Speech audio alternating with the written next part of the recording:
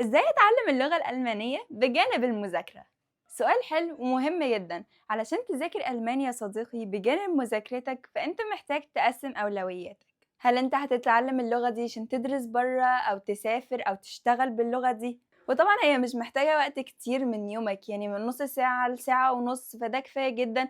بشكل يومي ومستمر وبانتظام هتقدر تتعلم اللغة دي، وبرضه متضغطش نفسك. يعني انت إن كنت طالب إعدادي أو ثانوي أو حتى جامعي فأنت already عندك مسؤوليات وعندك مذاكرة، فعشان تقدر تنظم بين اللغة والدراسة بتاعتك وما تخليش حاجة تيجي على حاجة، فأنت محتاج تنظيم وقت. وبرضه ما ينفعش تتعلم اللغة دي لو انت ما عندكش هدف أو دافع يخليك تكمل في تعلم اللغة دي. اسأل نفسك برضه انت بتتعلم اللغة دي ليه، وحط هدف صريح قدامك علشان ما تيأس في نص الطريق.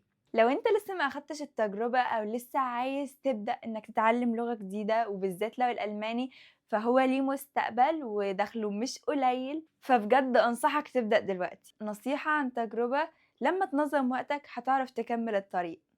بس دلوقتي خليني أسأل سؤال،